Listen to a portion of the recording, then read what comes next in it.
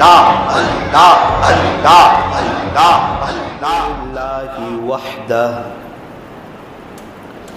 والصلاة والسلام على من لا نبی بعدہ اما بعد فاعوذ باللہ من الشیطان الرجیم بسم اللہ الرحمن الرحیم والذین هم عن اللغو معرضون وقال اللہ تبارک وتعالی فی القرآن المجید والفرقان الحمید بل تؤثرون الحیاة الدنیا والآخرة خیر وابقى صدق اللہ مولانا العظیم وقال رسول اللہ صلی اللہ علیہ وسلم لا تحقرن من المعروف شیئا رواہ مسلم او کما قال علیہ الصلاۃ والسلام۔ محبت سے درود پاک پڑھ لیجیے۔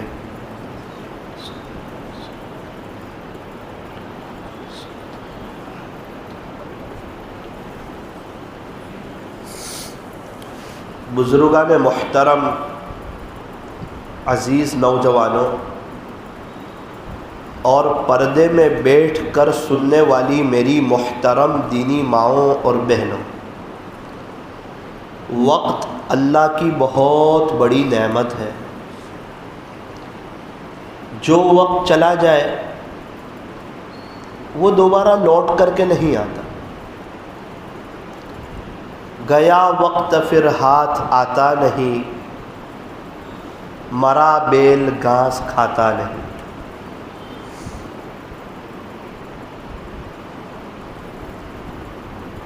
میری اور آپ کی زندگی کے کئی سال گزر گئے، وہ اب دوبارہ لوٹ کے نہیں آئیں گے، اور جو وقت کی قدر نہیں کرتا اللہ کے یہاں بھی اس کی قدر نہیں ہوتی اور دنیا بھی اس کی قدر نہیں کرتی۔ جتنے بھی اللہ والے بنے یا جنہوں نے ترقی کی، دینی اعتبار سے کی ہو یا دنیاوی اعتبار سے کی ہو، پڑھائی لکھائی میں کی ہو یا کھیل کے میدان میں کی ہو یا کوئی ایکٹنگ میں کی ہو، جس میدان میں بھی کسی نے ترقی کی ہے، آپ اس کا انٹرویو دیکھو تو وہ کہے گا میں نے وقت کی قدر کی ہے۔ وقت کی قدر صبح ہوتی ہے، شام ہوتی ہے، عمر یوں ہی تمام ہوتی ہے۔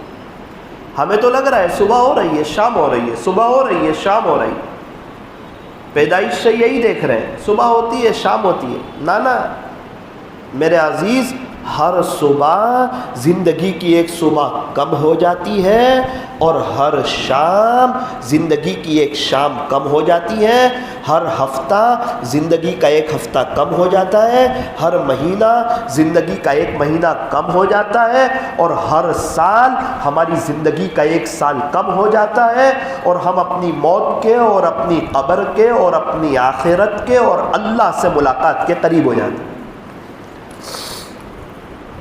صبح ہوتی ہے شام ہوتی ہے، عمر یوں ہی تمام ہوتی ہے۔ یہی دیکھتے دیکھتے ایک دن انسان مر جاتا ہے، دنیا سے چلا جاتا ہے۔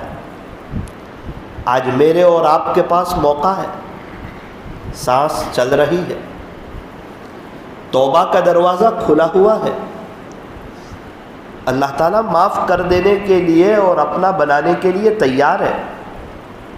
ابھی آخرت کی تیاری کا بہت قیمتی موقع ہے میرے اور آپ کے پاس۔ ابھی تو ہم کتنا قرآن شریف پڑھ سکتے ہیں، درود شریف پڑھ سکتے ہیں، استغفار کر سکتے ہیں، اور نمازوں کا اہتمام کر سکتے ہیں، اور اشراق، چاش، اوابین اور تہجد پڑھ سکتے ہیں، اور مشوروں میں اور ملاقاتوں میں جا سکتے ہیں، اور 3 دن اور چلہ اور 4 مہینے اور اندرون اور بیرون جا سکتے ہیں، اور جوانی اور رات کا آخری پہر اللہ پر فدا کر سکتے ہیں۔ ابھی تو میں اور آپ بہت بڑے اللہ والے بن سکتے ہیں۔ آخرت بنانے کا تو بہت قیمتی موقع ہے، بہت قیمتی سرمایہ ہے۔ یہ سارے قبرستان والے تیار ہیں ابھی اس موقع کو وصول کرنے، اس موقع کو غنیمت جاننے کے لیے سارے قبرستان والے تیار ہیں۔ اب اللہ تیار نہیں ہے۔ ریزلٹ کے وقت رونے سے کام نہیں چلتا، ایگزام میں صحیح لکھنا پڑتا ہے تب ریزلٹ اچھا آتا ہے۔ قبرستان والے توبہ کرنے، اللہ کے ولی بننے، قرآن شریف کی تلاوت کرنے، اللہ کے دین کی محنت کرنے، اپنے گھروں میں دینی ماحول کو قائم کرنے، سنتوں پر چلنے، ایک ایک سیکنڈ کو وصول کرنے اور نیچے دیکھ کے چلنے، اور موبائل کا غلط استعمال نہ کرنے کے لیے سارے قبرستان والے تیار ہیں۔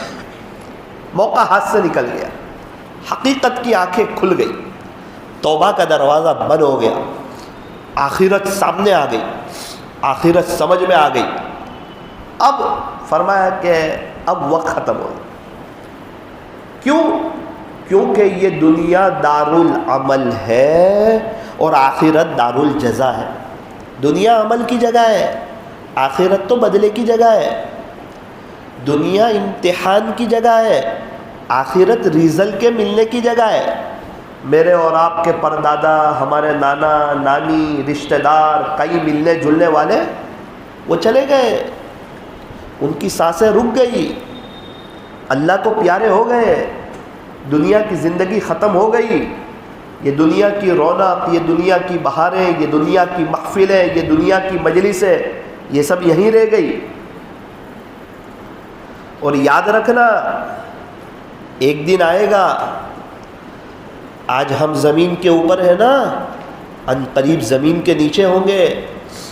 آج ہم زمین کے اوپر چل رہے ہیں، ان قریب ہمارے اوپر زمین ہوگی۔ آج ہم مٹی کے اوپر ہیں، ان قریب میں اور آپ تنومن مٹی کے نیچے ہوں گے۔ آج شاندار کپڑے پہنے ہوئے ہیں نا، ایک دن آئے گا کفن پہنا ہوا ہوگا، کفن میں جیب نہیں ہوگا اور قبر میں الماری نہیں ہوگی۔ اسی لیے فرمایا موت کو یاد کرو۔ کیا ہوگا کہ موت کی یاد آپ کو ولی بنا دے گی، موت کی یاد دنیا کی محبت آپ کے دلوں سے نکال پھینکے گی، موت کی یاد آپ کو اللہ کے دین کی مبارک محنت پر ابھارے گی، موت کی یاد آپ کو ولی بنا دے گی، موت کی یاد کی برکت سے آپ کی فجر کی نماز شروع ہو جائے گی، موت کی یاد کی برکت سے بد نظری سے جان چھوٹ جائے گی۔ موت کی یاد اگر ہوگی تو موبائل کا غلط استعمال نہیں ہوگا، تنہائیاں پاک ہو جائے گی، دل صاف ہو جائے گا، موبائل صاف ہو جائے گا۔ کب؟ جب موت یاد ہوگی۔ شادی میں فضول خرچیاں نہیں ہوگی۔ کب؟ جب موت یاد ہوگی۔ جب گھومنے جائیں گے تفریحی جگہوں پر تو لباس چینج نہیں ہوگا، مستورات کا برقع نہیں اترے گا۔ کب؟ جب موت یاد ہوگی۔ موت میت کے موقع پر رسم و رواج اور بدعت اور خرافات نہیں ہوں گے۔ کب؟ فرمایا جب موت یاد ہوگی۔ عین جوانی کے قیمتی لمحات میں انسان اللہ کو ناراض نہیں کرے گا۔ کب؟ فرمایا کہ جب موت یاد ہوگی۔ اسی لیے پیارے نبی صلی اللہ علیہ وسلم کے زمانے میں موت کا بہت تذکرہ ہوتا تھا، اور قرآن کریم میں بھی بار بار موت کو یاد دلایا ہے کہ دیکھو آپ کو مرنا ہے، مر کے اللہ کے پاس جانا ہے۔ کل نفس ذائقۃ الموت، ہر جاندار کو موت کا مزہ چکھنا ہے۔ پھر کیا ہوگا؟ موت آئے گی، پھر ہم ختم ہو جائیں گے۔ فرمایا نا نا نا نا، پھر آپ کی اصل لائف اور اصل زندگی شروع ہوگی۔ ثم الینا ترجعون، پھر تم کو اللہ کی طرف لوٹا دیا جائے گا۔ پھر دودھ کا دودھ پانی کا پانی ہونے والا ہے، حساب کتاب کا دن آنے والا ہے، اللہ سے ملاقات ہونے والی ہے۔ اگر کسی نے ذرہ برابر نیکی کی ہوگی وہ بھی اس کے سامنے آ جائے گی۔ فمن يعمل مثقال ذرة خيرا يرى، جو ذرہ برابر نیکی کرے گا نا وہ بھی دیکھ لے گا. ومن يعمل مثقال ذرة شرا يرى، اور جو ذرہ برابر برائی کرے گا تیرے رب کا فیصلہ ہے وہ بھی تو دیکھ لے گا. ایک سبحان اللہ پڑھا ہوگا وہ سامنے آئے گا، فلاں دن فلاں گھڑی فلاں لمحہ فلاں سیکنڈ تو نے میری تعریف کی تھی، یہ وہ وقت ہے، آج اس کا بدلہ ملے گا. سبحان اللہ. اور فلاں وقت 12:12 پہ سڑک پہ چلتے ہوئے تو نے بد نظری کی تھی، کیا تو یہ سمجھ رہا تھا اللہ نہیں دیکھ رہا ہے؟ آج اس کی سزا بھی ملنے والی. فمن يعمل مثقال ذرة خيرا يره ومن يعمل مثقال ذرة شرا يره. من عمل صالحا فلنفسه، جو اچھا عمل کرے گا اپنی ذات کے لیے کرے گا، اللہ پر کوئی احسان نہیں کرے گا. جو نمازیں پڑھے گا، قرآن شریف کی تلاوت کرے گا، ذکر و اذکار کرے گا، کسی اللہ والے سے بیعت ہو کر ان کے معمولات کی پابندی کرے گا، اللہ کے راستے میں وقت لگائے گا، گشتوں میں جڑے گا، ملاقاتوں میں جائے گا، ہر جمعرات کو پابندی سے مرکز پر جائے گا، اس کا اپنا فائدہ ہوگا، اللہ اس کو جنت دے گا، اللہ پر کوئی احسان نہیں کرے گا. وَمَنْ أَسَاءَ فَعَلَيْهَا، اور اگر کوئی برا عمل کرے گا، فجر کی نماز چھوڑے گا، موبائل کا غلط استعمال کرے گا، بد نظری کرے گا، زنا کرے گا، کسی کو تکلیف دے گا، غیبت کرے گا، کہ اس کا وبال اسی پر ہوگا، اللہ کا کوئی نقصان نہیں کرے گا، اس کو جہنم ملے گی، اس کو آخرت میں سزا ہوگی. اللہ کا کیا نقصان کرے گا؟ کچھ نہیں. ہاں اب اللہ تعالیٰ چاہ رہے ہیں کہ ہم نیکیاں کریں، ہم آخرت کی تیاری کریں. اس کے لیے آگے فرمایا کہ ابھی تو جو بھی کرنا ہے موقع ہے، اچھا عمل کر یا برا عمل کر، اینڈ کیا آئے گا پتہ ہے؟ ثم الی ربکم ترجعون، پھر تم کو تمہارے اللہ کی طرف لوٹا دیا جائے گا، پھر دودھ کا دودھ اور پانی کا پانی ہو جائے گا. میرے عزیزو، آپ قرآن شریف کو اٹھا کر کے دیکھو، وَبِالْآخِرَةِ هُمْ يُوقِنُونَ. ارے بھائی آخرت تو یقینی چیز ہے. امریکہ دیکھا ہے تو کہا نہیں ہے کہ نہیں؟ ہاں ہے نا. ارے نہیں ہے یار امریکہ. مولانا کیسی بات کرتے ہیں؟ دنیا کا نقشہ بتاتا ہے، دنیا کے کئی لوگ جا کر آئے ہیں اور دنیا کا میپ بتا رہا ہے، اور اللہ کی قسم کھا کر کہتا ہوں امریکہ ہے. اللہ کیسے پتا چلا؟ کہ لوگوں کی باتیں بتا رہی ہے کہ امریکہ ہے. آپ گئے ہیں تو کہا نہیں، دیکھا ہے تو کہا نہیں، ایک قدم بھی رکھا ہے امریکہ میں تو کہا نہیں. پھر کیسے اللہ کی قسم کھا کے کہہ رہے؟ تو کہا میرے کو پکا یقین ہے، ہمارے نبی کہہ رہے ہیں کہ آخرت برحق ہے. آخرت ہے، آخرت برحق ہے، وہی اصل زندگی ہے. قرآن کہہ رہا ہے وَبِالْآخِرَةِ هُمْ يُوقِنُونَ، آخرت یقینی چیز ہے. اسی لیے تو اللہ والے دیوانے ہیں، اسی لیے تو وہ بار بار قرآن شریف کی تلاوت کر رہے ہیں، بار بار روزے رکھ رہے ہیں. کیوں رکھ رہے ہو؟ آخرت کا یقین ہے. جب بھی دیکھو تو وہ بیزی ہیں، ان کے پاس وقت نہیں ہے، وہ دین کا کام کر رہے ہیں، وہ درود شریف پڑھ رہے ہیں، وہ استغفار کر رہے ہیں، وہ نمازوں کا اہتمام کر رہے ہیں. ان کی راتیں دیکھو تو وہ تہجد کی نماز پڑھ رہے ہیں.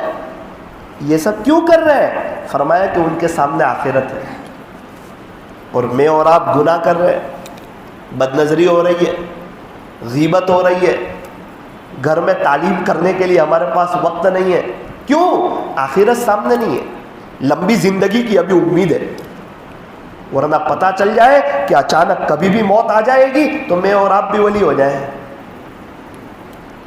ایک آدمی کے دل میں خیال آیا کہ میں مختلف اللہ والوں سے ملاقات کرتا ہوں اور ان سے معلوم کرتا ہوں کہ اگر آپ کو یہ پتہ چل جائے کہ 24 گھنٹے میں آپ کا انتقال ہو جائے گا، ایک دن آپ کے پاس ہے، آخری دن ہے، لاسٹ دن ہے، تو آپ کیا عمل کرو گے؟ تو یوں مجھے اللہ والے کیا کریں گے یہ سب کے بارے میں پتہ چل جائے گا. ایک بزرگ کے پاس آیا، حضرت بولے جی اگر آپ کو پتہ چل جائے کہ آپ کا آخری دن ہے تو آپ کیا عمل کرو گے؟ حضرت نے فرمایا بھائی بہت معذرت چاہتا ہوں, میں ایک سبحان اللہ کا بھی اضافہ نہیں کر سکتا ہوں, ایک سبحان اللہ کا بھی اضافہ نہیں کر سکتا. حضرت کیوں؟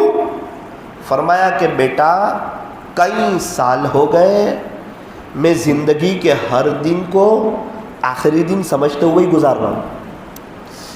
روزانہ سمجھتا ہوں کہ ہو سکتا ہے کل قبر میں ہو, کل موت آ جائے.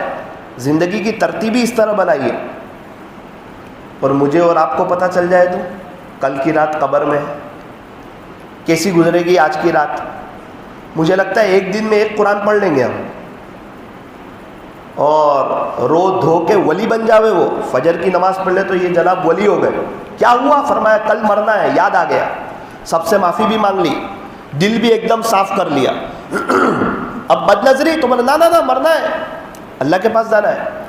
موبائل بھی ایک دم صاف, دل بھی ایک دم صاف, تنہائی بھی ایک دم صاف, سب سے معافی بھی مانگ لی. یہ سب کیوں کر رہا ہے؟ ایک قرآن کیوں پڑھ لیا, دل کیوں صاف کر لیا؟ فرمایا کہ موت یاد آ گئی. اگر ہمیں ایک دن کا پتہ چل جائے کہ ایک دن کے بعد مرنا ہے تو ہماری زندگی پاک صاف ہو جائے. اور قرآن اور حدیث کو دیکھ کے پتہ چلتا ہے کہ ہمیں ایک سیکنڈ کا پتہ نہیں ہے کب آنکھ بند ہو جائے گی. سانس چل رہی ہے تو یہ جہاں, اور رک گئی تو وہ جہاں.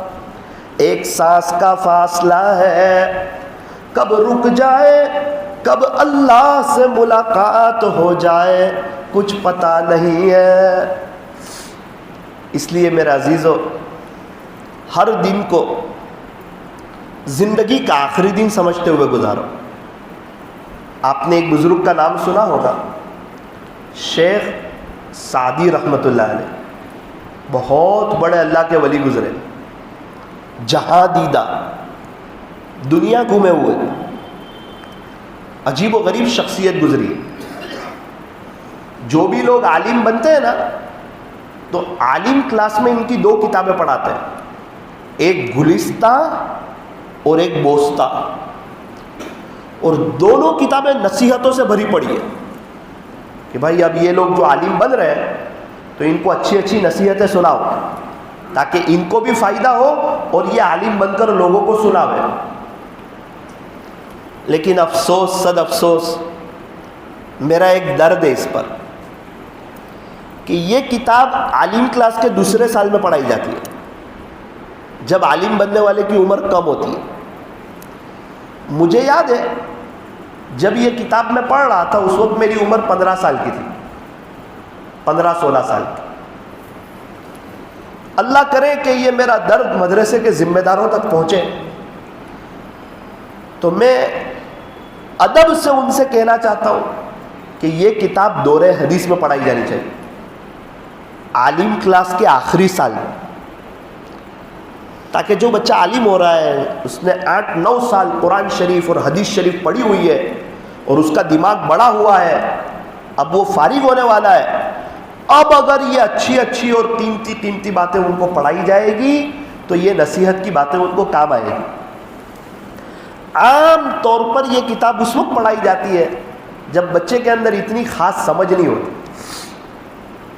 یہ شیخ سعدی رحمۃ اللہ علیہ, ان کی 2-3 باتیں آپ کے سامنے رکھنا چاہتا ہوں. میرے لیے, آپ کے لیے اور پوری امت کے لیے اور ہماری ماؤں بہنوں کے لیے ان کے اس واقعے میں بڑا سبق اپنی زبان میں سنانا چاہتا ہوں. شیخ سعدی رحمۃ اللہ علیہ چھوٹے سے بچے ہیں, گھر میں اتنا خاص دینی ماحول نہیں ہے, عمر چھوٹی ہے,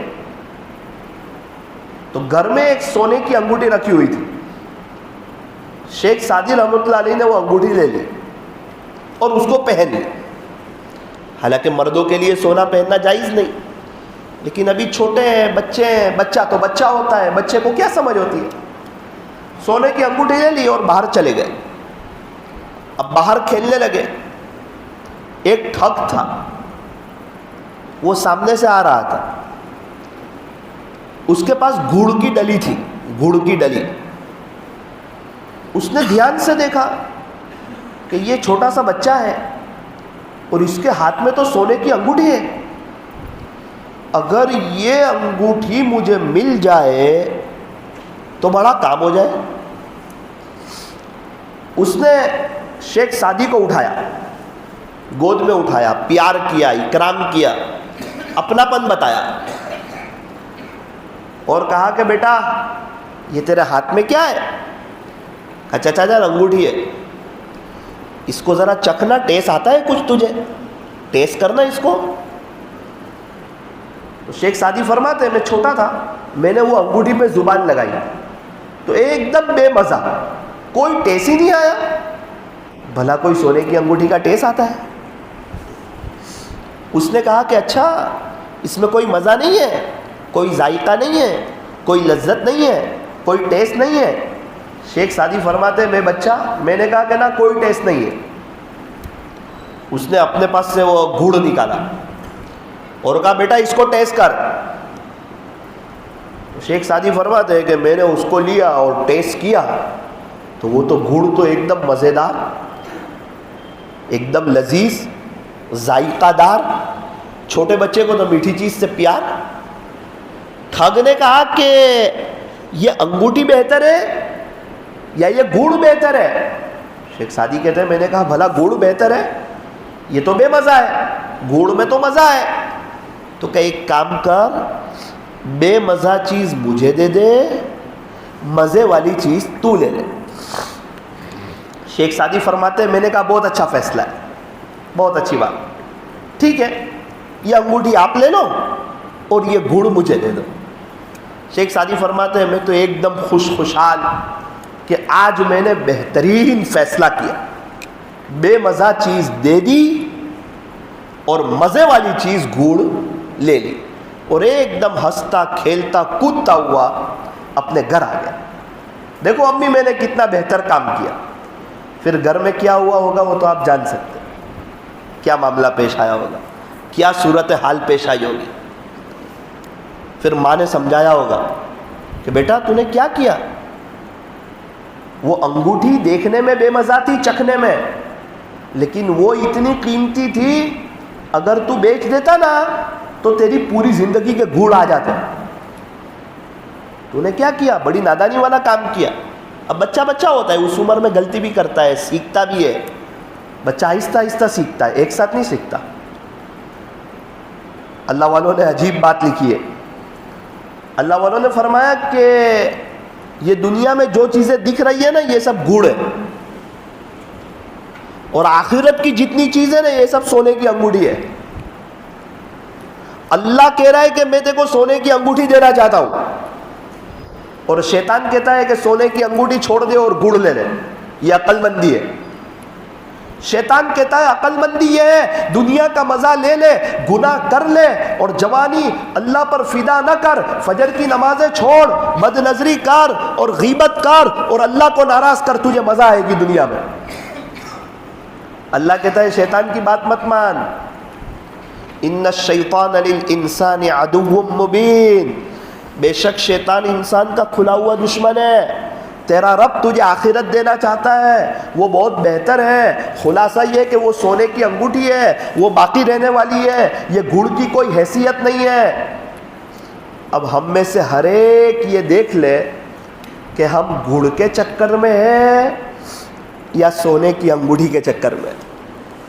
یہ دنیا گڑ ہے، وقتی مزہ ہے، وقتی ٹیسٹ ہے، وقتی لذت ہے، پھر فانی ہے، ختم ہو جانے والی ہے، اور آخرت جو ہے وہ ہمیشہ باقی رہنے والی ہے۔ بل تؤثرون الحیات الدنیا، خلاصہ یہ ہے کہ تم دنیا کی زندگی کو ترجیح دیتے ہو، دنیا کی زندگی کو بہتر سمجھتے ہو۔ والآخرۃ خیر، آخرت بہت بہتر ہے، وابقیٰ، اور ہمیشہ باقی رہنے والی ہے۔ اصل تو آخرت ہے، یہ دنیا کی زندگی تو گزر جائے گی، مالداری میں، غریبی میں، صحت میں، بیماری میں، ہر حال میں گزر جائے گی۔ یہاں ایسے رہے کہ ویسے رہے، وہاں دیکھنا ہے کہ کیسے رہے۔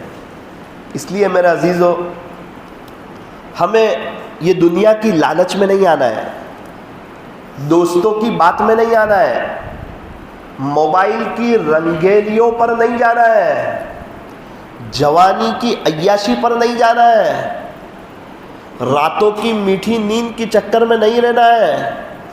جوانی ختم ہو جائے گی، موت آ جائے گی، اللہ سے ملاقات ہو جائے گی، ایک دن مرنا ہے، آخر موت ہے، کر لے جو کرنا ہے، آخر موت ہے، موت تو آنی ہے، موت سے کس کو رستگاری ہے، آج وہ تو کل ہماری باری ہے۔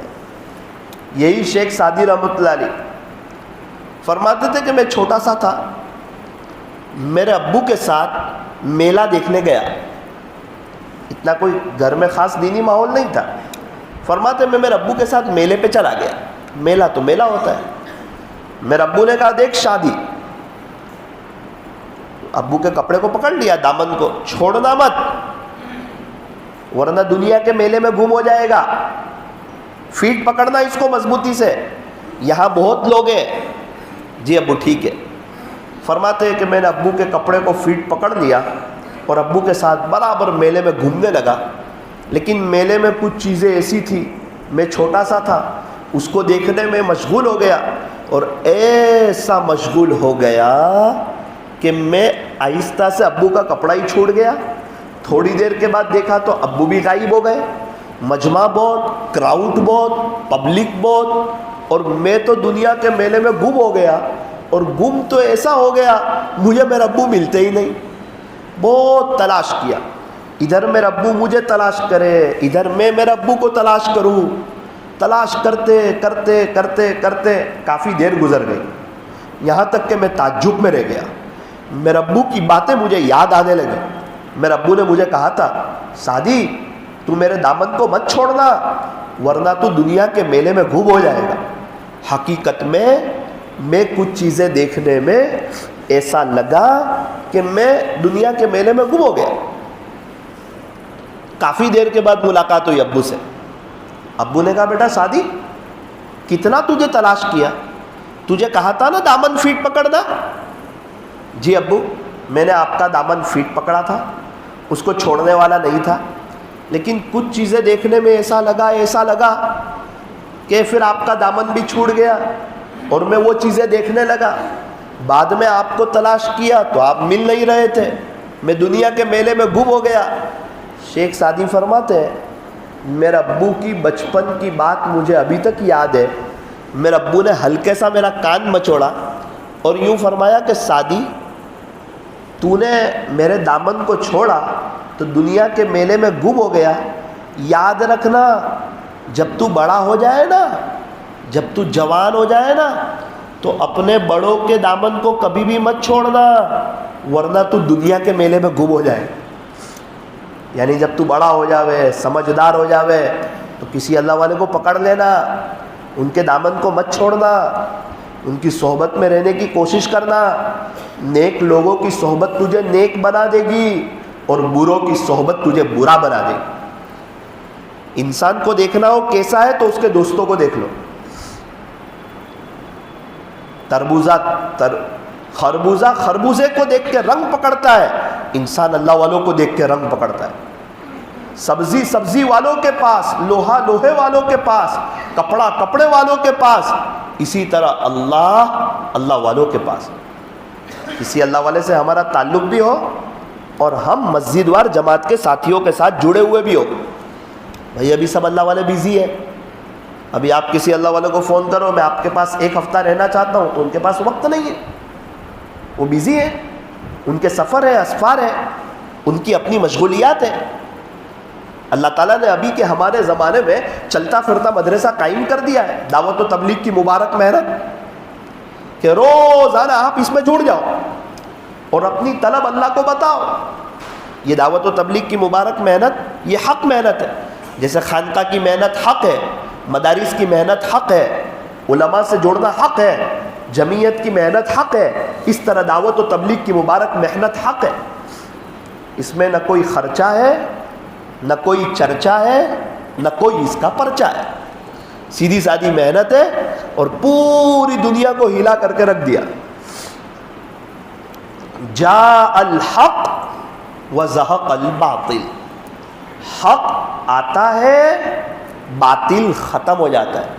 یہاں اندھیرا ہو، روشنی کرنی ہو تو لاٹھی چارج نہیں کرنی پڑتی، لائٹ شروع کرو اندھیرا ختم. ارے دین کی محنت شروع کرو، بے دینی ختم. اپنے گھر میں فضائل اعمال کی تعلیم شروع کرو، آہستہ آہستہ گھر سے بے دینی کے سوراخ ختم. حق آئے گا باطل ختم. 5-10 منٹ مسجد اور جماعت بیٹھتی ہے، روزانہ ہماری شرکت ہو، روزانہ ہماری مسجد کی تعلیم ہوتی ہے، ہم اس میں شریک ہو. روزانہ ہم اپنے گھر میں ناشتہ بھی کرتے ہیں، دوپہر کا کھانا بھی کھاتے ہیں، رات کا کھانا بھی کھاتے ہیں، سوتے بھی ہیں، موبائل کو چارج میں بھی لگاتے ہیں، غسل بھی کرتے ہیں، پریس والے اچھے کپڑے بھی پہنتے ہیں، ٹھنڈا پانی بھی پیتے ہیں، گھر کی نعمتوں سے فائدہ بھی اٹھاتے ہیں. اپنے گھر میں روزانہ فضائل اعمال کی تعلیم بھی کریں. جب کھانا ہو رہا ہے، سونا ہو رہا ہے، موبائل کا استعمال ہو رہا ہے، چائے پی جا رہی ہے، تو دین کے بارے میں بھی کچھ کرنا چاہیے. 10 منٹ روزانہ ہماری فیملی، ہمارے بچے بیٹھے ہوئے ہو اور ہمارے گھر میں تعلیم ہو رہی ہو، اللہ تعالیٰ دیکھ کے کتنے خوش ہوتے ہوں گے کہ یہ گھر والے میرے لیے وقت نکال رہے ہیں. اب دین کی باتیں آئے گی، وہ سنیں گے، حق آئے گا تو باطل جائے گا. مولانا میری بیوی میری بات نہیں مانتی، میرے بچے میری بات نہیں مانتے، گھر میں اچھا نہیں لگتا، اثرات ہیں، بلا ہے، تکلیف ہے، مصیبت ہے. او بھائی تعلیم شروع تو کر، روزانہ 10 منٹ لے کے بیٹھ، دیکھ 1 مہینے بعد تیری بیوی بھی تیری بات مانتی ہو جائے گی، تیرے بچے بھی فرما بردار ہو جائیں گے. جب حق آئے گا تو باطل ختم ہوگا. ہمارے نوساری میں ایک گاؤں ہے، سب سے زیادہ بدعت وہاں ہوتی تھی. کیا نہیں ہوتا تھا، سب سے بڑا ماتم کا پروگرام بھی وہاں ہوتا تھا. بہت زیادہ جہالت، بدعت، خرافات، پورا نوساری کا لوگ وہ گاؤں میں جاتا تھا سب دیکھنے. ایک آدمی کو میں نے پوچھا کہ 91 میں یہ سب ہو رہا تھا، 91 تک، 92 میں یہ سب ختم کیسے ہو گیا؟ کچھ خاص محنت ہوئی؟ اس عنوان پہ کچھ بیانات ہوئے؟ کچھ اللہ والے تمہارے گاؤں میں آئے؟ یا گاؤں والوں نے کوئی خواب دیکھا؟ یہ سب پورا ختم کیسے ہو گیا؟ اس نے کہا مولانا 91 میں ہمارے یہاں گاؤں کے 5-6 لوگ دعوت و تبلیغ کی مبارک محنت میں جڑ گئے. انہوں نے ہر ہفتے گشت شروع کر دیا. اب گشت میں ان کو کوئی زیادہ لوگ ملے نہیں، دین کا ماحول نہیں، نمازوں کا پتہ نہیں، جہالت تھی، لیکن اللہ کے نام پر اور اللہ کی نسبت پر وہ بستی میں جو قدم پڑے نا، وہ حق آیا نا، تو اچانک 92 میں یہ ساری مجلسیں ختم ہو گئی. پتہ نہیں چل رہا تھا کہ یہ کیا کر رہے ہیں. یہ تو 5-6 لوگ ہیں، ملاقات کر رہے ہیں، بستی میں جا رہے ہیں، گشت کر رہے ہیں، ہمیں تو نارمل لگ رہا تھا، لیکن وہ حق تھا. وہ حق آیا تو باطل ختم ہو گیا. جب ہم اپنے گھروں میں دین کی تعلیم شروع کریں گے، آہستہ آہستہ باطل اور خرافات یہ سب ختم ہو جائے گا. تو نیت کرو انشاءاللہ اپنے گھروں میں دینی ماحول کو قائم کریں گے انشاءاللہ. یہ شیخ سعدی رحمۃ اللہ علیہ کی عجیب اور غریب داستان ہے. شیخ سعدی رحمۃ اللہ علیہ فرماتے ہیں میرے ابو تہجد کی نماز کا اہتمام کرتے تھے، میں بھی ابو کے ساتھ تہجد کی نماز میں اٹھ جاتا. ایک مرتبہ تہجد کی نماز کے بعد جب میں سونے کے لیے گیا تو میں نے اپنے ابو سے کہا ابو ایک بات بتاؤں؟ بتا بیٹا. دیکھو نا یہ سب لوگ سوئے پڑے، کتنا اچھا ہوتا کہ یہ لوگ تہجد پڑھتے. سب میٹھی نیند سو رہے ہیں، ان کو کچھ پتہ نہیں تہجد کے بارے میں، کتنی فضیلت ہے تہجد کی، یہ کوئی سونے کا وقت ہے. میرے ابو نے مجھے کہا اے سعدی تو نے ان لوگوں کی غیبت کی، ان کو سونے پہ گناہ نہیں ہوگا لیکن تجھے غیبت کرنے پہ بہت بڑا گناہ ہوگا. اس سے تو بہتر تھا کہ تو بھی سویا رہتا اور تہجد نہ پڑھتا لیکن کسی کی غیبت نہیں کرتا۔ شیخ سعدی رحمۃ اللہ علیہ فرماتے اس وقت مجھے زندگی کا ایک بڑا سبق حاصل ہوا کہ میرے ابو نے مجھے کہا کہ سعدی ہمیں کسی کے عیب نہیں دیکھنا ہے، ہمیں تو ہر ایک کی خوبیاں دیکھنی ہے۔ خلاصہ شیخ سعدی رحمۃ اللہ علیہ فرماتے ہیں مجھے میرے شیخ شہاب الدین سہروردی رحمۃ اللہ علیہ نے یہ نصیحت کی تھی، سعدی اپنے بارے میں بد بھی ہو جا اور لوگوں کے بارے میں خود بھی ہو جا۔ اے سعدی اپنے عیب دیکھ اور دوسروں کی خوبیاں دیکھ، خلاصہ یہ ہے اللہ تجھے اپنا ولی بنا لے گا۔ اللہ تعالیٰ خوش ہوتے ہیں یا ناراض ہوتے ہیں کیسے پتہ چلے؟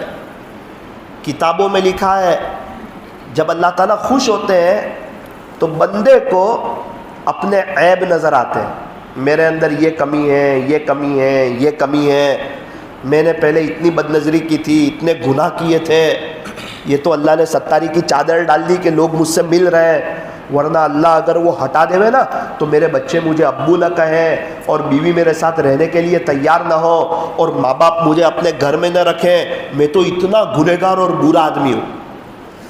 انسان کو اپنے عیب یاد آتے ہیں جب اللہ خوش ہوتے ہیں اور سب کی خوبیاں دکھتی ہے کہ یہ سب تو اچھے لوگ ہیں، کیا پتہ سب کو موت کے وقت کلمہ مل جائے تو۔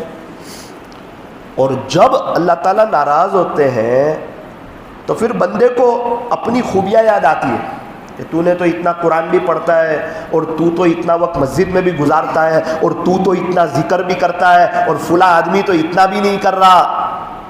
عیب بھول گیا سب، کیا گناہ کیے تھے اور کیسا اللہ کو ناراض کیا تھا اور تنہائیوں میں کیا کیا دیکھا تھا وہ سب بھول گیا۔ تھوڑی بہت نیکی اور تھوڑا قرآن اور تھوڑا ذکر ہائی لائٹ کر کے اپنے آپ کو نیک سمجھنے لگا۔ تو جو انسان اپنے کو نیک سمجھتا ہے نا پھر وہ دوسروں کو چھوٹا سمجھتا ہے، دوسروں کے عیب دیکھتا ہے۔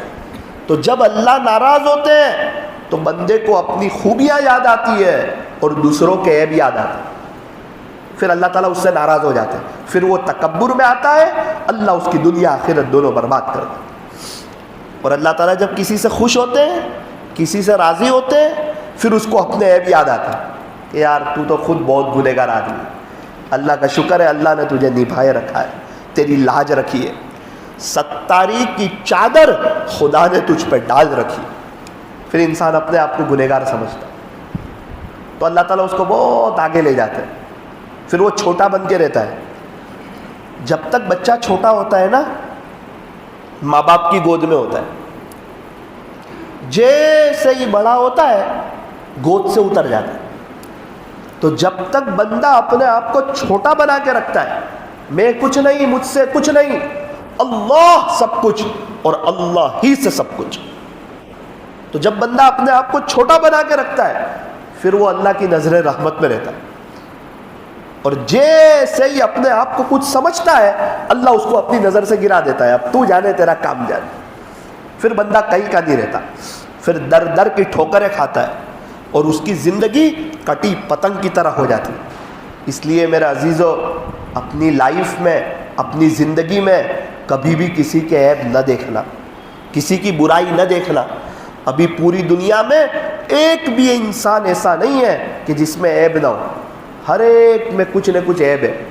ہمیں چاہیے ہم ہر ایک کی خوبیاں دیکھیں، کسی کے عیب نہ دیکھیں۔ یہی شیخ سعدی رحمۃ اللہ علیہ فرماتے ہیں الحمدللہ اللہ تعالیٰ نے مجھے دنیا کا بڑا حصہ گھمایا، دو آدمیوں کو تلاش کرنے پر بھی تلاش نہ کر سکا۔ کون سے دو آدمی؟ فرماتے ایک وہ جس نے کسی پر ظلم کیا ہو اور اللہ کی پکڑ سے بچ گیا ہو، ایسا مجھے آج تک کوئی نہیں ملا۔ جس نے کسی پہ ظلم کیا، کسی کو ستایا، کسی کو گالی دی، کسی کو برا بھلا کہا، کسی کے دل کو توڑا۔ شیخ سعدی فرماتے پوری دنیا گھماؤں، جس نے کسی پر ظلم کیا ہو اور اللہ کی پکڑ سے بچ گیا ہو، ایسا مجھے آج تک کوئی نہیں ملا۔ اس لیے کبھی کسی پہ ظلم نہیں کرنے کا، اپنے بچوں پر بھی نہیں، اپنے بھائی بہنوں پر بھی نہیں، اپنی دکان پر بیٹھنے والوں پر بھی نہیں۔ ہم اپنی مستورات کو بھی کہیں کہ ہمارے گھر میں جو کام والی کام کرنے آتی ہے اس پر ظلم نہ کرے، ہماری بیٹیوں پر نہیں، ہماری بہوؤں پر نہیں، ظلم نہیں، کسی کو ستانا نہیں۔ یہ چیز اللہ کو پسند نہیں، اللہ کی پکڑ آ جاتی ہے، آخرت برباد ہو جاتی ہے۔ کچھ لوگ ایسے ہیں جن کو موت کے وقت کلمہ نہیں ملتا، کتابوں میں لکھا ہے۔ کچھ لوگ ایسے ہیں جن کو موت کے وقت کلمہ نہیں ملتا۔ پہلے نمبر پہ لکھا ہے جو اپنی دکان پر بیٹھنے والے کو ستاتے ہو یا اپنے گھروں میں کام والی کو ستاتے ہو، ان کو خدا موت کے وقت کلمہ نہیں دیتا۔ کہ آج تھوڑا تیرے پاس پاور ہے تو تو اپنا اکڑ بتاتا ہے، کل کو خدا کے پاس پاور ہوگا اور وہ سامنے کھڑا ہوگا، اس وقت دودھ کا دودھ، پانی کا پانی ہو۔ جتنے لوگوں کا انتقال رمضان میں ہوتا ہے، کتنے لوگ ہیں رمضان لے جاتے ہیں، جمعہ لے جاتے ہیں، اکثروں کو میں نے دیکھا وہ نرم ہوتے ہیں، نرم مزاج ہوتے ہیں، بھولے ہوتے ہیں، معاف کر دینے والے ہوتے ہیں۔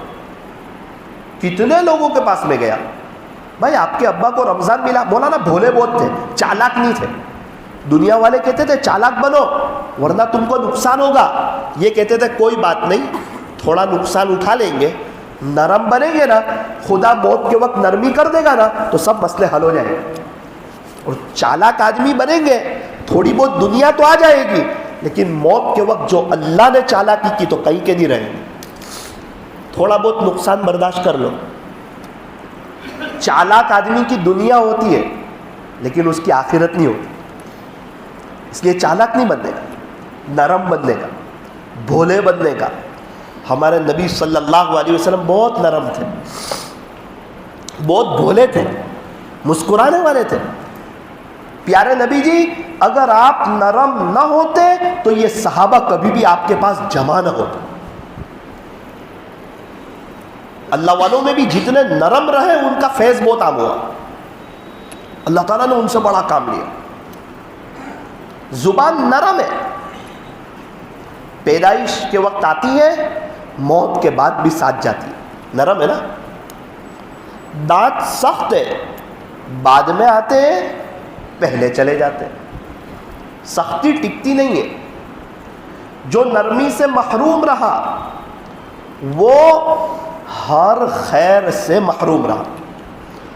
اللہ کے نبی صلی اللہ علیہ وسلم کا ارشاد ہے جو نرمی سے محروم رہا وہ ہر خیر سے محروم رہا۔ الفاظ سے زیادہ لہجوں کا اثر ہوتا ہے، زبان اور دل میں ہڈی نہیں، اور اس کا سخت ہونا یہ اللہ اور اس کے رسول کو پسند بھی نہیں۔ اسی لیے اپنے آپ کو بتکلف نرم بنانا، معاف کرنے کا، سہجانے کا، برداشت کرنے کا، غصے کو پی جانے کا یہ جذبہ ہمارے اندر ہونا چاہیے۔ پہلوان کون؟ جو کسی کو پچھاڑ دے وہ؟ فرمایا نا نا نا نا نا، جب اس کو غصہ آئے اور وہ غصے کو پی جائے وہ پہلوان، وہ عقل مند ہے، وہ ہوشیار ہے، وہ سمجھدار ہے، وہ چالاک ہے۔ نمبر 1 شیخ سعدی فرماتے ہیں جس نے کسی پر ظلم کیا ہو اور اللہ کی پکڑ سے بچ گیا ہو ایسا مجھے آج تک کوئی نہیں ملا۔ دوسرا وہ آدمی جس نے اللہ کے نام پر دیا ہو، مسجد میں، مدرسہ میں، غریبوں کو، یتیموں کو، بیواؤں کو، مسکینوں کو، مجبوروں کو، پریشان حالوں کو، لاچاروں کو۔ دوسرا وہ جس نے اللہ کے نام پر دیا ہو اور غریب ہو گیا ہو۔ شیخ سعدی فرماتے ایسا بھی مجھے کوئی نہیں ملا کہ اللہ کے نام پہ دیا ہو اور اللہ نے اس کو غریب کر دیا۔ اللہ کے نام پہ دینے والا اللہ اس کو بہت نواز دیتا ہے۔ آپ کے صورت میں ایک آدمی سے ملاقات ہوئی، انہوں نے کہا مولانا میرے ابو نے ایک مسجد بنائی، ماشاءاللہ اس وقت اتنا پیسہ نہیں تھا، وہ ایک مسجد بنائی نا تو 1 پہ 10 تو اللہ دیتے ہیں تو پھر پیسہ بڑھ گیا۔ میرے ابو نے دوسری مسجد بنائی، پیسہ اور بڑھ گیا، دماغ کہتا ہے پیسہ کم ہو جانا چاہیے، اور اللہ کہتا ہے 1 کا 10 تو میں دیتا ہی ہوں. پھر کہتے ہیں میرے ابو نے تیسری مسجد بنائی، 5 مسجد ہو گئی، 10 ہو گئی، 15 ہو گئی، 16 ہو گئی، ٹوٹل 17 مسجدیں بنائی میرے ابو نے. میں نے کہا پھر تیرے ابو کے پاس سب پیسہ ختم ہو گیا، روڈ پہ آ گئے؟ تو کہا نہیں، سورت کے ٹاپ 10 مالداروں میں میرے ابو کا نام آ گیا. اتنا پیسہ آیا مولانا. اس کے بعد ایک طرف آخرت بنتی گئی، دوسری طرف اللہ ہماری دنیا بناتے گئے. اور یہاں شیطان ہم کو ڈراتا ہے، تو تھوڑا بہت صدقہ خیرات کرے گا نا تیرے پاس کم ہو جائے گا. 250 روپے 20 روپے دے گا نا 230 ہی رہ جائے گا. اس کی نظر ہی اپنی جیب پہ، اس کو اللہ کے خزانوں کا پتہ ہی نہیں ہے. تو جس کے نام پہ دے رہا ہے وہ اللہ دیکھ رہا ہے، اس کو احساس نہیں ہے. اگر احساس ہو تو انسان صدقہ اور خیرات کھلے دل سے کرے. شیخ سعدی فرماتے جس نے اللہ کے نام پر دیا ہو اور غریب ہو گیا ہو، ایسا مجھے آج تک کوئی نہیں ملا. کچھ لوگ ہیں وہ اپنے بچوں کو بھی دینا سکھاتے ہیں، اللہ ان کو جزائے خیر دے. دل بڑا ہو جاتا ہے یار. اپنے بچوں کو بھی دیتے ہیں کہ بیٹا غریب کو دو. آپ نے کیوں نہیں دیا؟ بچوں سے کیوں دلوایا؟ تو کہا یہ بھی بڑا ہو کے دینے والا بنے، لینے والا نہیں بنے. دینے کی عادت آوے اس کے اندر. ابھی ایک گھر کا ایک معاملہ سنا، بہت دل بڑا ہو گیا.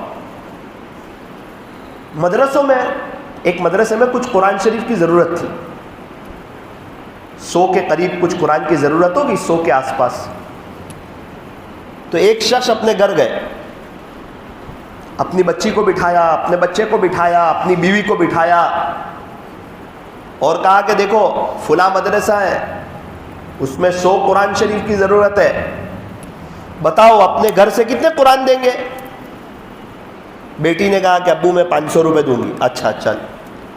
چھوٹے بیٹے نے کہا ابو میں 500 روپے. ہاں دو، اللہ کے نام پہ دو، دینا سیکھو، اللہ آپ کو دے گا. بیوی نے کہا کہ میں کچھ 1500 2000 روپے دوں گی. اچھا ماشاء اللہ.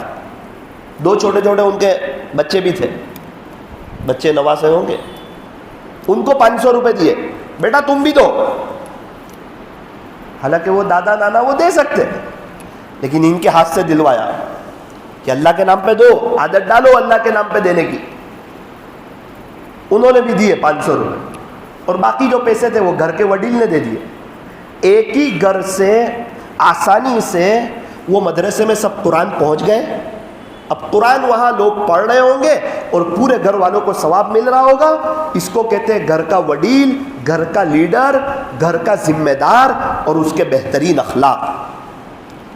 وہ بچپن سے اپنے گھر میں ایسا ماحول بنانے کی کوشش کرتے ہیں کہ ابھی وہ بڑے ہو گئے ہیں تو ان کے بچے بچپن سے اچھی باتیں سیکھیں. نیت کرو انشاءاللہ ہم بھی اپنے گھروں میں ایسا ماحول بنائیں گے. میرے کو کیسے پتا چلا؟ انہوں نے 17 مسجدیں بنائی، ابھی ان کے بیٹے نے ایک مسجد بنائی. بچہ وہ نہیں کرتا ہے جو ماں باپ کہتے ہیں، بچہ تو وہ کرتا ہے جو ماں باپ کو کرتے ہوئے دیکھتا ہے. اس نے اپنے ابو کو 17 مسجدیں بناتے ہوئے دیکھی تھی نا. اب اس کی سوچ یہ ہے کہ میں اپنے ابو سے زیادہ بناؤں گا. پہلی مسجد بنا دی ماشاءاللہ، اور الحمدللہ میں وہاں دعا کرا کے آیا. انہوں نے ساری بات بتائی. میں نے کہا آپ کے ابو نے 17 مسجدیں بنا دی، پیسہ بھی بہت آ گیا ان کے پاس، ان کا انتقال کیسے ہوا؟ مولانا پیسہ آیا نا، پیسہ آتا ہے نا تو انسان عام طور پہ اللہ کے دین سے دور ہو جاتا ہے. بہت سے لوگ میں نے دیکھے پابندی سے چلہ لگتا تھا، بنگلہ آ گیا تو چلہ چلا گیا. پہلے حالات تھے وہ اللہ کے قریب تھے، اب برکتیں آ گئی تو بھول گئے اللہ کو. اب چلہ ختم، اب 4 مہینے ختم، اب گشت ختم، اب ملاقات ختم. تو میں نے میرے ابو کے پاس جتنا بھی پیسہ آیا نا، میرے ابو نے دین کو نہیں چھوڑا. دین فرسٹ، دنیا سیکنڈ. تو دنیا قدموں میں آئے گی، دنیا فرسٹ، خدا دنیا کے حوالے کر دے گا. بھینس کو دودھ کے لیے خریدتے ہیں یا گوبر کے لیے؟ بولو نا بھائی. دودھ کے، گوبر تو فری میں آتا ہے. یہ دودھ اللہ کا دین ہے، یہ گوبر دنیا ہے. جب اللہ کا دین لیں گے دنیا قدموں میں آئے گی. فرماتے میرے ابو ہر سال چلا جاتے تھے، 40 سال تک کوئی سال ناگا نہیں ہوا، پابندی سے میرے ابو کا چلا، الحمدللہ۔ غریب علاقوں میں گشت کرتے تھے۔ مؤذن صاحب مجھے کہنے لگے مولانا ان کے والد صاحب کی بات کرتے ہو؟ میں نے کہا ہاں۔ وہ مجھے کہتے تھے کاش آپ کی جگہ میں مؤذن ہوتا اور میں اللہ کے گھر کی صفائی کیا کرتا۔ اتنا بڑا آدمی ہے اور دل کی طلب ہے کہ کاش میں مؤذن ہوتا۔ ایسی زندگی گزاری۔ انتقال کیسے ہوا؟ مولانا 11 منٹ تک انتقال سے پہلے کوئی تکلیف نہیں، کوئی پریشانی نہیں، کوئی مصیبت نہیں، ایک دم خوشحال 11 منٹ تک کلمہ پڑھا، درود شریف پڑھا، استغفار کیا، دعائیں پڑھی۔ بیٹا اب میں سو جاؤ ابو۔ ہم کو یوں کہ ابو کا تھوڑی انتقال ہوگا، ایک ہچکی آئی اور اللہ کو پیارے ہو گئے۔ دنیا بھی بن گئی، مسجدیں بھی بنا دی۔ آج 17 مسجدوں میں ابھی عشاء کی نماز ہوئی ہوگی اور سب کا ثواب ان کو قبر میں مل گیا۔ 17 مسجدوں میں 2 ٹائم مکتب چلتا ہے، ثواب مل جاتا ہے۔ 17 مسجدوں میں جماعتیں آ کے روکتی ہے، رات کو تہجد میں روتی ہے، ان کے بیٹے گھر سوئے ہوتے ہیں اور یہاں ان کے ابو کو ثواب مل جاتا ہے۔ اس کو کہتے ہیں عقل مند آدمی، ہوشیار آدمی، سمجھدار آدمی۔ شیخ سعدی یہ فرماتے ہیں کہ جس نے اللہ کے نام پر دیا ہو اور غریب ہو گیا ہو، ایسا مجھے آج تک کوئی نہیں ملا۔ اللہ کے نام پر دینے والوں کی موت اچھی آ جاتی ہے۔ ڈابھیل میں ایک چچا ہے، ان کا انتقال ہوا۔ ان کے بیٹے سے میں نے پوچھا کہ آپ کے ابو کو اللہ نے جو 15 رمضان دی، ایسا کیا عمل کرتے تھے آپ کے ابو؟ کہا مولانا عمل تو کوئی خاص نہیں تھا، غریب آدمی رکشہ میں بیٹھتا تھا نا، ابو خود حالات میں تھے، تکلیفوں میں تھے، غریب آدمی رکشہ میں بیٹھتا تھا نا، ابو اس سے پیسے نہیں لیتے تھے۔ کبھی کبھار پوچھتے تھے بیٹا تیرے گھر میں پیسے ہیں؟ چچا نہیں ہے۔ اس کو 30-50 روپے دیتے تھے، جا چکن لے جانا، سبزی لے جانا اور گھر میں کھانا بنا۔ تو کیا یہ سب کوئی عمل کرتا ہے اللہ نہیں دیکھتے؟ اللہ سب دیکھ رہے ہو۔ کیا موت دی، کیسی بہترین موت دی۔ 15 رمضان اللہ تعالیٰ نے عطا فرمائی۔ خدمت سے کیا ملتا ہے؟ خدا ملتا۔ تو میرے عزیزو، باتیں تو ہیں سب بہت اچھی باتیں ہیں، زندگی عمل کرنے سے بنتی ہے۔ اچھی باتوں سے تو کتابیں بھری پڑی ہے، یوٹیوب سب بہت بھرے پڑے ہیں بیانوں سے، اچھی باتوں سے، اس سے زندگی بنتی نہیں ہے۔ زندگی تو ان اچھی باتوں پر عمل کے کرنے سے بنتی ہے، اپنی زندگی میں لانا اچھی باتوں کو۔ تو نیت کرو انشاءاللہ ہم لوگ بھی وقت کی قدر کریں گے۔ ایک بزرگ کے پاس ایک آدمی آیا، حضرت آپ کا وقت چاہیے، کچھ کام ہے؟ ایسے ہی آپ دو گے وقت؟ بولے جی ہاں۔ کتنا وقت دو گے؟ بولے جتنی دیر تک تو سورج روک لے گا اتنی دیر وقت لے لے، جتنا چاہیے اتنا لے لے۔ وہ مسکرایا، کہ حضرت سورج کوئی رکتا ہے کیا؟ سورج تو رکنے والا نہیں۔ حضرت نے فرمایا پھر میں تجھے فضول وقت دینے والا ہوں۔ جب سورج رکنے والا نہیں، وقت رکتا نہیں، تو پھر ہم لوگ وقت ضائع کرتے نہیں۔ اللہ کرے ہم بھی وقت کی قدر کریں۔ امام شافعی رحمۃ اللہ علیہ مکہ مکرمہ سے مدینہ منورہ جا رہے ہیں۔ اتنا پیارا سفر ہے، اونٹ پہ، گھوڑے پہ، خچر پہ، پہاڑ چڑھنا اترنا، پہاڑ چڑھنا اترنا، پہاڑ چڑھنا اترنا۔ پوچھا حضرت مدینہ منورہ کتنے دن میں پہنچے؟ کہا 16 دن میں۔ کیا کیا 16 دن تک؟ سفر میں کیا کیا آپ نے؟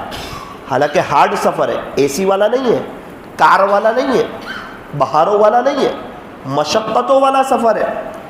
آپ نے کیا کیا؟ فرماتے ہیں الحمدللہ 16 دن میں میں نے 16 قرآن شریف پڑھ لیے۔ 16 دن لگے مجھے مکہ مکرمہ سے مدینہ جاتے ہوئے، 450-500 کلومیٹر ہے۔ پہاڑ چڑھنا اترنا، پہاڑ چڑھنا اترنا. اس زمانے میں تو ایسے راستے بھی بنے ہوئے نہیں تھے.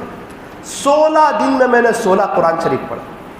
اس کو کیا کہتے ہیں؟ وقت کی قدر. یہ کیسے سیکھی وقت کی قدر؟ ماں باپ کی تربیت. 13 سال کی عمر میں امام شافعی بن گئے تھے. درس قرآن دینا شروع کر دیا تھا 13 سال کی عمر. ماں باپ نے ایسی تربیت کی ہوگی تب تو ایسا ہوا نا. مکہ مکرمہ میں ایک بزرگ رہتے تھے، ان کی عمر تھی 70 سال، 70 ایئرس. کسی نے پوچھا حضرت کیا عمل کرتے ہو؟ فرمایا الحمدللہ ثم الحمدللہ. صحت کا ساتھ ہے، تندرستی کا ساتھ ہے، میرے رب کی عطا ہے، میرے رب کا کرم ہے. روزانہ 70 طواف کرتا ہوں. کتنے؟ 70 طواف کے 490 چکر ہوئے. یہ بیت اللہ شریف ہے نا، یہ بگ واشنگ مشین ہے. واشنگ مشین میں کپڑے دھلتے ہیں نا، اور بیت اللہ شریف کے قریب جو چکر لگاتے ہیں تو انسان کا دل دھلتا ہے، اس کا دل صاف ہوتا ہے. شریعت نے ہر چیز میں رائٹ کو پسند کیا ہے، داہنے کو پسند کیا ہے. پھر بیت اللہ شریف کا طواف لیفٹ کیوں؟ یہاں بیت اللہ شریف ہے تو طواف یوں کیوں؟ یوں ہونا چاہیے، رائٹ سے. فرمایا کہ انسان کا دل لیفٹ طرف ہوتا ہے اور بیت اللہ شریف یہاں ہے، تو وہ طواف کرے تو اس کا دل بیت اللہ کے قریب رہے. یہ دل بھی بیت اللہ ہے، اللہ کا گھر ہے. اور جب انسان اپنے دل کو سنوار لیتا ہے، صاف کر لیتا ہے، اللہ تعالیٰ نے ہم سے صاف دل مانگا ہے. یوم لا ينفع مال ولا بنون. کل قیامت کے دن نہ تو تمہیں تمہارا مال کام آئے گا، نہ تمہیں تمہاری اولاد کام آئے گی، الا من اتی اللہ بقلب سلیم. خلاصہ یہ قیامت کے دن خدا کے دربار میں تمہیں سورا ہوا دل کام آئے گا، صاف دل کام آئے گا، قلب سلیم کام آئے گا. قلب سقیم بیمار دل کام نہیں آئے گا، صاف دل کام آئے گا قیامت کے دن.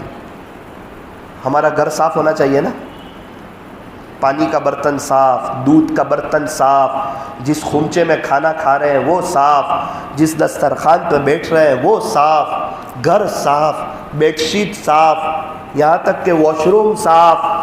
کوئی بھی چیز گندی ہو ہمیں پسند نہیں. یہ دل اللہ کا گھر ہے، یہ گندا ہو تو اللہ کو بھی پسند. اسی لیے دل کیسا ہونا چاہیے؟ صاف. مت رکھ کسی کی نفرت اپنے دل میں. اے انسان، جس دل میں نفرت ہوتی ہے اس دل میں خدا نہیں بستا ہے. اللہ کا شکر ہے، اللہ کا کرم ہے کہ اللہ تعالیٰ نے ہمیں مجلس میں بیٹھنے کی توفیق عطا فرمائی. آج میرا مجلس موقوف کرنے کا ارادہ تھا. 2-4-5 دن سے طبیعت کا ساتھ نہیں تھا، آواز نہیں نکل رہا تھا. لیکن چونکہ 2 دن پہلے کچھوڑی میں مجلس ہوئی تو مشکل سے 1-1.25 گھنٹہ بات ہو گئی، تو تھوڑی سی ہمت آ گئی کہ چلو ہری پورہ بھی چلے جاتے ہیں، یہاں بھی کچھ باتیں ہو جائیں. آپ دعا بھی کرنا، گھر میں بھی سب بیمار ہیں، اللہ تعالیٰ ہم سب کو شفا دے. میں بھی آپ لوگوں کے لیے دعا کرتا ہوں، اللہ تعالیٰ ہم کو جسمانی روحانی شفا عطا فرمائے. ہمارے بیٹھنے جمع ہونے کو اللہ قبول فرمائے. مائیں بہنیں بھی آئی ہوئی ہے، ان سے بھی گزارش ہے پردے کا اہتمام کریں. سیدھا سادہ ڈھیلا ڈھالا برقع پہنے، فیشنیبل نہیں، ڈیزائن والا نہیں، اسٹون والا نہیں. اول وقت لمبی نماز پڑھیں، شوہر کی خدمت کریں، بچوں کی اچھی تربیت کریں اور اپنے گھروں میں دینی ماحول کو قائم کریں. اور اپنی کوئی بھی ضرورت ہو اللہ کو کہیں، کسی اور کو نہ کہیں. آپ لوگوں سے بھی کہتا ہوں اور میں اپنے آپ سے بھی کہتا ہوں، کوئی بھی تکلیف ہو، کوئی بھی کام ہو، کس کو کہنا ہے؟ اللہ کو کہنا ہے. ہمارے یہاں ادھر ادھر یہ تعویذ وہ یہ یہاں یہ سب نہیں. لا الہ الا اللہ. کرنے دھرنے والی ذات کس کی ہے؟ اللہ کی. اسی لیے کوئی بھی تکلیف ہو، کوئی بھی بات ہو، کوئی بھی پریشانی ہو، قرضہ ہو، حالات ہو، تکلیف ہو، بڑا گھر چاہیے، کس کو کہنا ہے؟ اللہ. ایک مستورات کا فون آیا مجھے، مولانا تعویذ چاہیے. میں نے کہا بھائی میں کرتا نہیں تعویذ. کوئی تعویذ والے کا نمبر دے دو. میں نے کہا میں کوئی تعویذ والے کا نمبر دیتا بھی نہیں. جب میں کرتا نہیں تو میں دیتا بھی نہیں. اس نے کہا کہ میں نے بڑی امید سے آپ کو فون کیا تھا، میں تکلیف میں ہوں. میں نے کہا ہاں ایک عمل ہے اس سے آپ کی تکلیف دور ہو جائے گی. تو بولے میری تکلیف دور ہو جائے گی؟ میں نے کہا ہاں. پکا؟ میں نے کہا 125%. ایک دم پکا تیری تکلیف دور ہو جائے گی، تو بہاروں میں آ جائے گی. بتاؤ کیا عمل ہے؟ میں نے کہا وہ تھوڑا سا آپ کے لیے مشکل ہوگا عمل. تو کہنے لگی مولانا جو پریشان حال ہو نا اس کے لیے کوئی کام مشکل نہیں ہوتا. میں نے کہا کہ یہ جو 2-4 منٹ میں رو کے جو باتیں آپ نے مجھے کہی ہے، اتنی بات رات کو 4 بجے رو کے اللہ کو کہہ دے روزانہ. میں نے کہا روزانہ کہہ دے. الارم رکھ 4 بجے کا، وضو کر 2 رکعت پڑھ اور 5 منٹ میں رو کے کہہ دے، پھر سو جا. 125% تیرا کام ہو جائے گا. اللہ پہلے آسمان پر آتے، ایک فرشتے سے اعلان کرواتے ہے کوئی سوال کرنے والا جس کو عطا کیا جائے. او بھائی ہے کسی کو بڑا گھر چاہیے، کسی کا قرضہ زیادہ ہے، کوئی بیماری ہے، ہر سال حج میں جانا ہے، بار بار عمرے میں جانا ہے، بچے کو کوئی تکلیف ہے کوئی حل من سائل، ہے کسی کا کوئی سوال. اللہ آ گئے ہیں پہلے آسمان پہ، اس کا کام بنانے کے لیے آئے. سارے اللہ والے اڑ جاتے ہیں، سب کے کام بن جاتے ہیں. ایک بھی اللہ والا پریشان نہیں ہے. کیوں پریشان نہیں ہے؟ وہ رات کی دعا کی وجہ سے. اور ہم میں سے بہت سے لوگ پریشان ہیں، رات میں میٹھی نیند سوتے رہتے ہیں اور صبح اٹھ کے روتے رہتے ہیں. ہمارے تو کام ہی نہیں ہوتے، ہمارے تو مسئلے ہی حل نہیں ہوتے، ہماری تو پریشانیاں ہی دور نہیں ہوتی، اثرات ہی ختم نہیں ہوتے، اور بچیوں کے رشتے ہی نہیں ہوتے، اور فلاں کام نہیں ہوتا، اور ہر کام اخیر میں آ کے رک جاتا ہے، اور یہ تکلیف ہے وہ تکلیف ہے. ارے سب تکلیفیں چھوٹی ہے، میرا اللہ بہت بڑا ہے. رات کو 4 بجے اٹھ، ساری بات رکھ دے 11 دن تک، سب مسئلے ختم. اس نے کہا ٹھیک ہے مولانا. میں نے کہا ٹھیک ہے.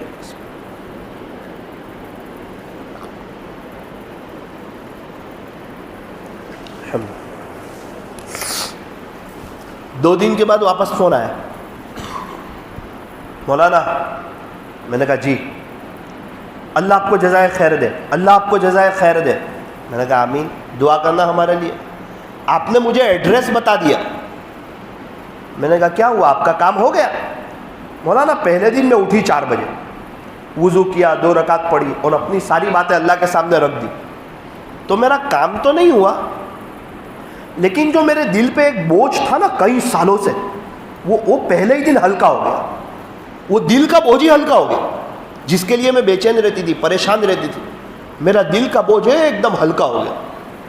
اور مولانا دوسرے دن سے میرے کام بھی ہونا شروع ہو گئے، اور اس کے ساتھ اور بھی سب کام ہونا شروع ہو گئے. میں نے کہا بھائی تھوڑی میرے لیے بھی دعا کر دینا. آج کے بعد نہ آپ کو فون کروں گی، نہ آج کے بعد کسی تعویذ والوں کے پاس جاؤں گی. الحمدللہ 7 سال ہو گئے، کوئی فون نہیں، کچھ پتہ نہیں. ہری پورہ والوں، یہ ایڈریس آپ کو دینے کے لیے آیا ہوں. ہر رات اللہ 4 بجے پہلے آسمان پہ آتا. بہت بڑے ولی بن جاؤ گے. قبر میں جاتے ہی قبر جنت کا باغ بن جائے گی، اور جنت کی کھڑکی کھلے گی، اور خوشنما نظارے دیکھو گے، اور وہاں کی خوشبودار ہوائیں آئے گی، دنیا قدموں میں آئے گی، آخرت بھی سنور جائے گی، سب مسئلے حل ہو جائیں گے. تو کیا اللہ پورا دن کام نہیں بنا دے؟ کام تو اللہ پورا دن بناتے ہیں، لیکن اعلان صرف رات کے آخری پہر میں ہی ہوتا ہے. اعلان صرف رات کے آخری پہر میں ہوتا ہے. تو ہم لوگ سب نیت کریں کہ انشاءاللہ ثم انشاءاللہ ابھی موقع ہے، جوانی ہے، صحت ہے، تندرستی ہے، تو انشاءاللہ ہم بھی رات کو 4 بجے اٹھیں گے انشاءاللہ، اور 5-10 منٹ اپنے اللہ کو دیں گے انشاءاللہ، دیں گے۔ اللہ تعالیٰ ہمیں عمل کرنے کی توفیق عطا فرمائے، ہمارے بیٹھنے اور جمع ہونے کو اللہ تعالیٰ قبول فرمائے۔ ہاتھ اٹھائیے، دعا کریں۔ الحمدللہ رب العالمین، صلی اللہ علی حبیبی محمد وآلہ وسلم، لا الہ الا انت سبحانک انا کنا من الظالمین، ربنا ظلمنا انفسنا وان لم تغفر لنا وترحمنا لنکونن من الخاسرین۔ پیارے اللہ، رحیم مولا کریم آقا اللہ، ہمارے گناہوں کو معاف فرما، ہماری سیئات کو حسنات سے مبدل فرما، ہماری خطاؤں سے درگزر فرما، ہمیں چین، سکون، اطمینان اور امن و امان عطا فرما، حیاتاً طیبہ نصیب فرما، پاکیزہ زندگی نصیب فرما، اپنی محبت، اپنا تعلق، اپنا عشق، اپنا کانٹیکٹ، اپنا قرب اور درد دل عطا فرما، امت کی فکر، امت کا غم، امت کا درد اور امت کی کڑن عطا فرما۔ اللہ ہمیں بھی دین کی مبارک محنت کے لیے، دور کے لیے، دیر کے لیے، سارے عالم کے لیے اخلاص کے ساتھ عافیت سے اپنے فضل سے قبول فرما۔ کسی اللہ والے سے بیعت ہو کر کے ان کی معمولات کی پابندی کی توفیق عطا فرما، روزانہ مسجد وار جماعت میں بیٹھنے کی، ملاقاتوں میں جانے کی، تعلیم میں شریک ہونے کی، اپنے گھروں میں فضائل اعمال کی تعلیم کرنے کی، ہر ہفتے میں گشت کرنے کی اور مرکز پر جانے کی، 3 دن چلہ 4 مہینہ اندرون بیرون جانے کی اور تقاضوں پر چلنے کی۔ اللہ ہمیں بھی توفیق اور سعادت نصیب فرما، ہمارے گھروں میں دینی ماحول کو قائم فرما، ہمیں اور ہمارے بچوں کو اسلامی لباس پہننے کی اور اسلامی کلچر کے مطابق اپنی زندگی گزارنے کی توفیق عطا فرما۔ یار اللہ، یہ رات کا آخری پہر 4 بجے کے قریب کا وقت، اللہ ہمیں یہ آخری پہر آپ پہ فدا کرنے کی توفیق عطا فرما۔ اللہ آج کی مجلس کی برکت سے ہم لوگ نیت کرتے ہیں، اللہ ہمیں 4 بجے اٹھا دیجئے، اللہ آپ اٹھا دیجئے، ہمت دے دیجئے۔ آپ کے عاشقوں کو آپ اٹھاتے ہیں نا اللہ، فرشتوں کی ایک جماعت ہے وہ آپ کے عاشقوں کو اٹھاتی ہے۔ بے شک ہم نے گناہ بہت کیے، شاید آپ کے عاشقوں میں ہمارا نام نہ ہو، لیکن ہم آپ کے عاشقوں کے عاشق ہیں، آپ کے ولیوں سے ہمیں محبت ہے، ان کے صدقے طفیل اللہ ہمیں بھی اپنے عاشقوں میں شامل فرما لے۔ اللہ زندگی گزر گئی اللہ والوں کی باتیں کرتے کرتے، اللہ والوں کی باتیں سنتے سنتے، اور دل میں یہ تڑپ رکھتے رکھتے کہ یار کوئی ایسا وقت آئے کہ میں بھی اللہ والا بن جاؤں۔ اللہ ہمیں سمجھا دیجئے، سوچ کر آپ کے دوست نہیں بنتے، راتوں کو اٹھ کر کے آپ کے دوست بنا کرتے ہیں۔ پیارے اللہ، سب نوجوانوں کا یہی کہنا ہے کہ گناہوں سے بچنا مشکل ہے، اور یوں فرمایا کہ تہجد پڑھو، تہجد کی برکت سے میں گناہوں سے بچا لوں گا۔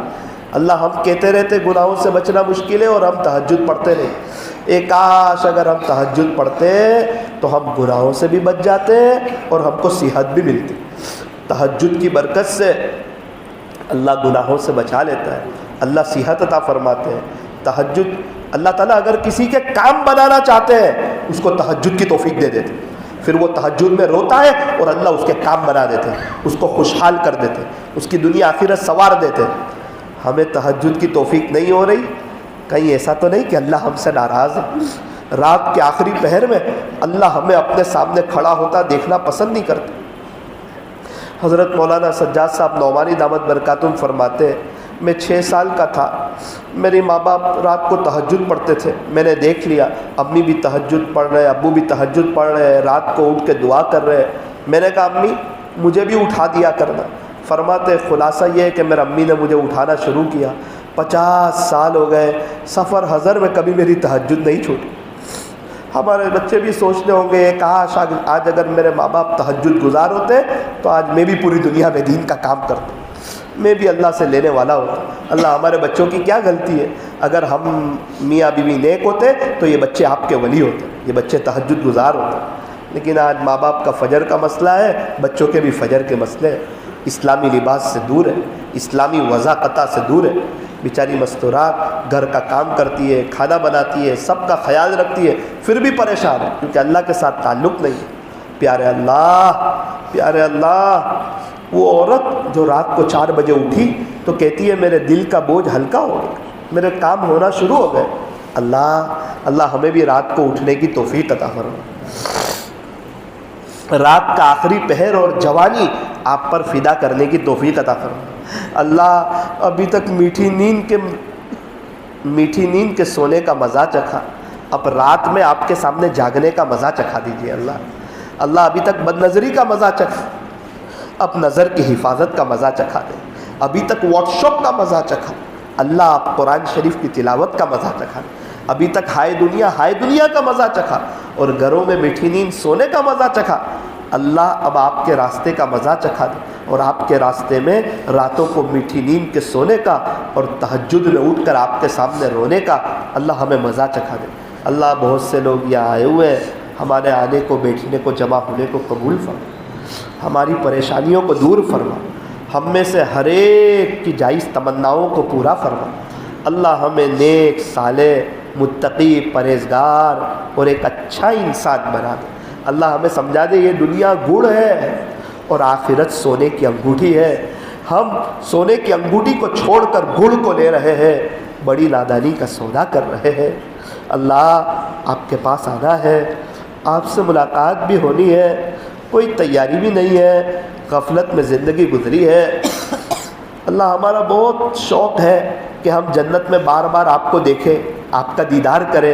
اللہ دنیا میں غلط دیکھ رہے ہیں، موبائلوں میں غلط دیکھ رہے ہیں، آپ کا دیدار کیسے ہو؟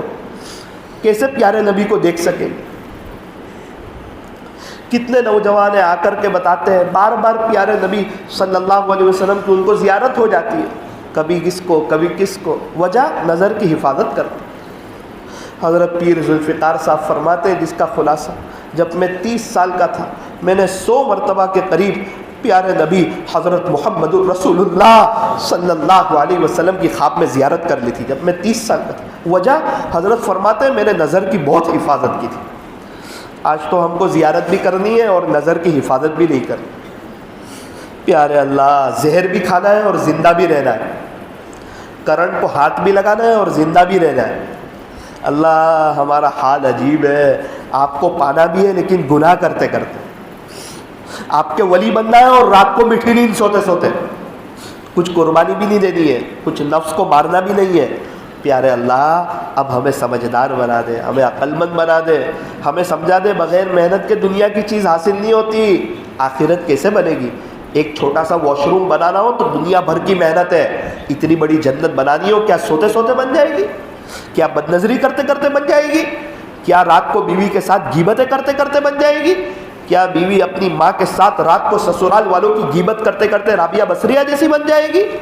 پیارے اللہ ہمیں معاف کر دیجئے، اللہ گناہوں سے بچا دیجئے. اللہ ہمیں سمجھا دیجئے کہ ہم تہجد پڑھیں گے نا آپ ہمیں صحت بھی دے دیں گے، گناہوں سے بچا بھی لیں گے اور ہمارے سب مسئلے بھی حل ہو جائیں گے. اللہ یہ جو باتیں کہی گئی سنی گئی اس پر مجھے اور ہم تمام کو عمل کی توفیق عطا فرما. کہنے سننے میں کچھ کمی زیادتی غلطی ہو گئی ہو اپنے فضل سے معاف فرما. اس مجلس کے فیض کو تا قیامت خوب عام و تام فرما. اس مجلس کے لیے جن حضرات نے محنتیں کی ہو، کوششیں کی ہو، ان کو اپنا خاص تعلق عطا فرما اور ان کی نسلوں میں اپنے اولیاء پیدا فرما. صلی اللہ تعالی علی خیر خلقی محمد وآلہ واصحابہ اجمعین برحمتک یا ارحم الراحمین.